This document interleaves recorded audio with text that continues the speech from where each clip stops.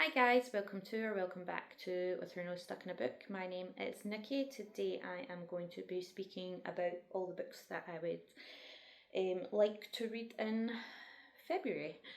There's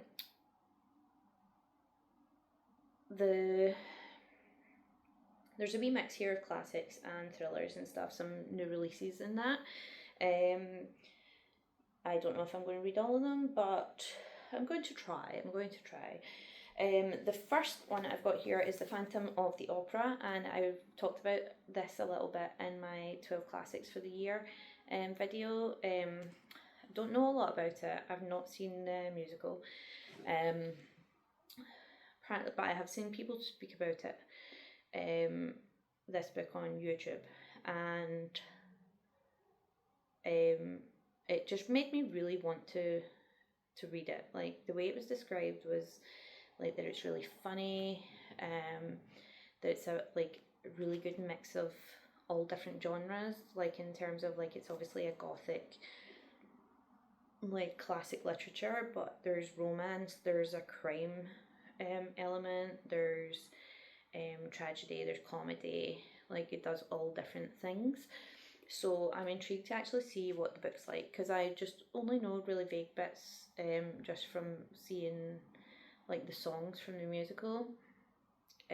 So I always thought it was like this kind of tragic romance, but apparently it's really funny. So yeah, I'm excited to read this one. This is probably the one I'm going to start reading first, because I am really excited to see what that's all about. And for a classic, actually, it's not too long. It's 280 pages in this version.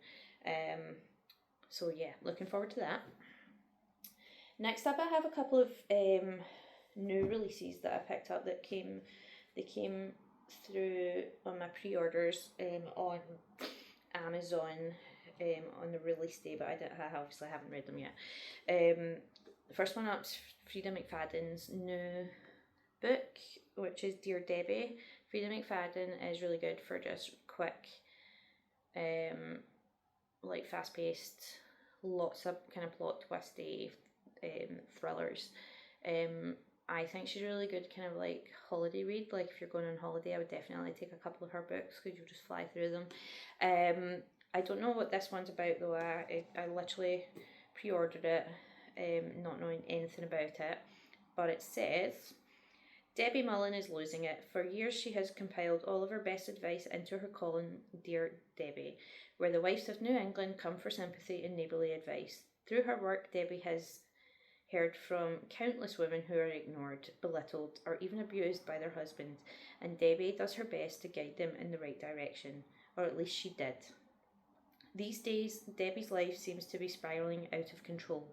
She just lost her job, something strange is happening with her teenage daughters, and her husband is keeping secrets, according to the tracking app she installed on his phone. Debbie's done being a bigger person. She's done being reasonable and done being practical. It's time to take her own advice. And now it's time for payback against all the people in her life who deserve it the most. So it also says this is about what happens when women finally choose to take justice into their own hands with killer results. So yeah, it's Frida McFadden, so I'm going to obviously give it a go. They're always kind of either really, really good or a bit underwhelming. Like, so the last kind of 4 have been, what have I got here? The last 2 was The Intruder and The Surrogate Mother, I believe. Both of them were okay. I enjoyed them. The one before that was The Crash, I believe, and I really didn't like that one at all. So yeah, I'm going to give it a go. It's one of those ones that sometimes they're not as good, but I'll always probably pick up the next one anyway. But yeah, we'll see. Then another new release, ironically, this is about, there's a whole conspiracy theory on the internet, on Facebook and stuff, that these 2 writers, Frida McFadden and John Mars, are the same person, and it's this kind of like ongoing joke between them online. But yeah, so the next one is Dead in the Water by John Mars. and again, don't know anything about it. I just know that it's John Mars, so I was picking it up because I really like John Mars. And this one says, when Damon survives a near drowning, his life flashes before his eyes. Every memory is crystal clear except one, a dead boy, a face he can't place, a moment he doesn't remember living. At first he tells himself it's a trick of the mind, but everything else he saw was real, so why not this? With his waking life stalked by the disturbing scene, confusion quickly turns to obsession.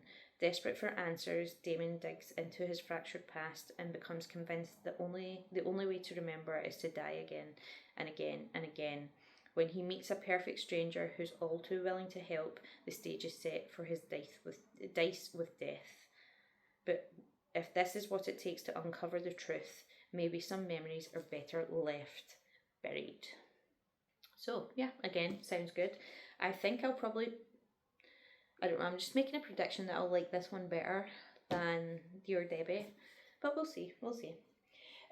Next up, I've got one that I bought a few months ago, The Last Passenger by Will Dean, and I watched a couple of videos where, like, 2 videos in a row, the presenter said that this was like one of their top thrillers, and I've got it sitting on my bookshelf, so I thought I'm going to read that. And from what I can see, it's The Last Passenger by Will Dean, and it's about a woman who goes on this cruise with her partner and obviously loads of other people on this cruise, and she wakes up on the first morning and they're all gone. Like, everyone is gone. All the other passengers, all the crew, like the staff, the captain of the ship, there is no one there. And this happens in the first like couple of chapters, and it's like, what is going on? So yeah, sounds really intriguing, and like I said, I've seen a few people say it's like in their top thrillers of all time. So I'm looking forward to giving that a go and seeing how I rate it myself. Then I bought a book of a collection of plays by Oscar Wilde, and I bought this collection to read The Importance of Being Earnest, because my daughter is playing a character in that play for a project, so I wanted to reread that play just to kind of get an idea of that before we go and see her doing that. But yeah, so I think there's like 5 plays in here, but I'll be reading The Importance of Being Earnest by Oscar Wilde. Obviously, The Picture of Dorian Gray is one of my favourite books, so Oscar Wilde, I think all his writing is really good. He obviously dabbled in a bit of everything. He wrote the novel Dorian Gray, he wrote short stories, he wrote poetry, he wrote plays. So yeah, I'm looking forward to reading that. Then I've got Mrs. Dalloway by Virginia Woolf. I mentioned Mrs. Dalloway in a video about books that deal with mental health and depression, and this one kept coming up when I was looking into it, and just like kind of reading what people said about it. I was like, I really want to read that, so I picked it up again. It's a little short book, 170 pages, so I'm hoping that because a couple of these books are shorter that I will get through them.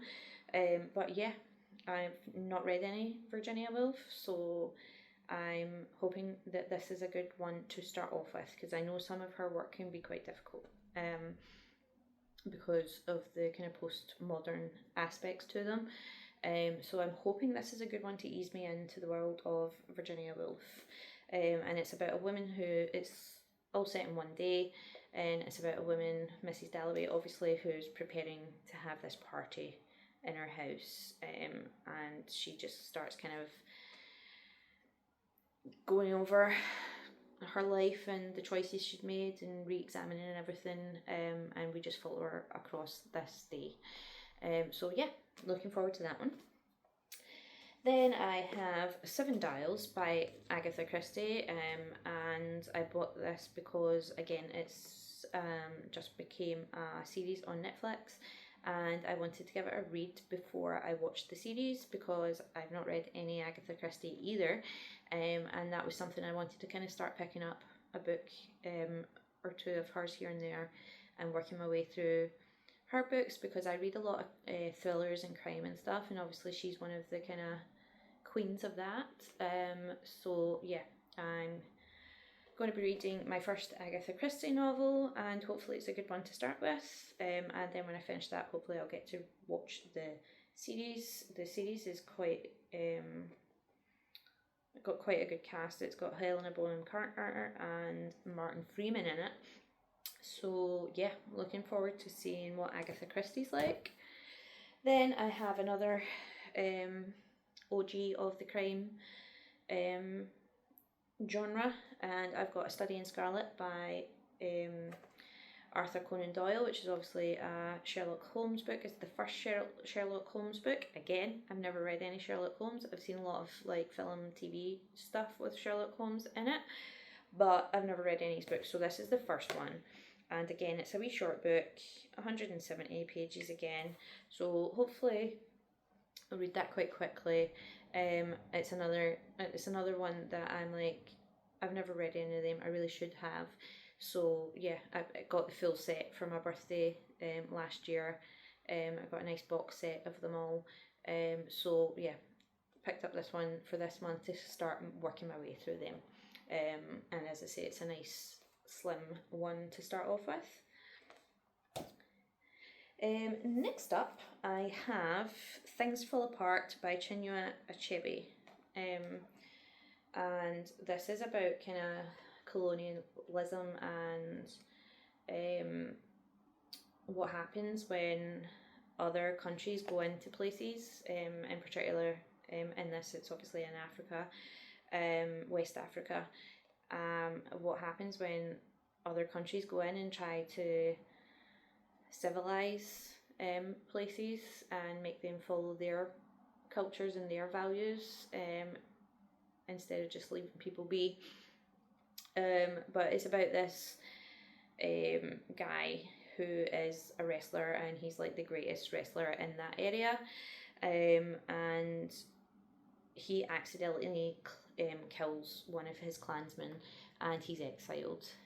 So he's exiled for however long, and he comes back, and missionaries have went into his homeland and colonized it basically, and he doesn't recognize the place anymore. So it's about that. I picked this up at the end of last year, just because it sounded. I saw someone talking about it online, and I was like, that sounds like an amazing book, an important book as well because of the subject matter. But yeah, I'm looking forward to reading that. This one, again, is about 150 pages, though the writing is quite small in this one. So yeah, I've got quite a lot of books here, but a lot of them are short. So hopefully that helps me get through them all. Next up, I have Agnes Grey by Anne Bronte.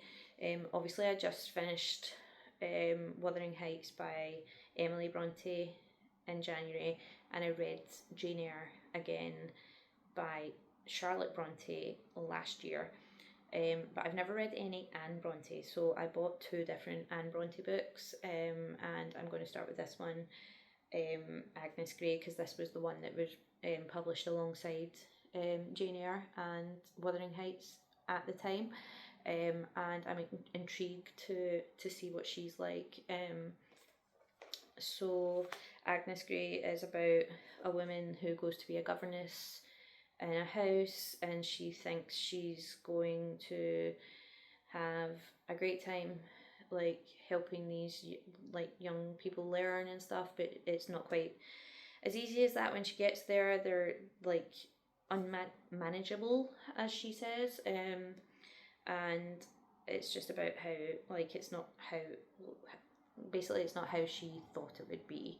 That's all I really know about it, but Anne Bronte was a governess herself, so it's about her kind of drawing on her own experience. So yeah, I'm really looking forward to reading that. Again, it's under 200 pages, so another shorter one. Then I have 100 Years of Solitude by Gabriel Garcia Marquez, And I started this book at the start of last year, no, kind of March time last year, and didn't get round to finishing it. I read the kind of first third of it, and then I had to read some other books for something else, and I put this one to the side and just didn't really go back to it. But I was really enjoying it. It is magical realism, so it's a bit of a wild one when you're reading it because it's confusing in two senses. There's the magical realism, which means there's things that happen in this that are like bizarre, like people will just start flying, or like somebody can live to 150, so there's that aspect which makes it quite hard to kind of get your head around and stuff. But what makes it really confusing is that this is about 7 generations of one family.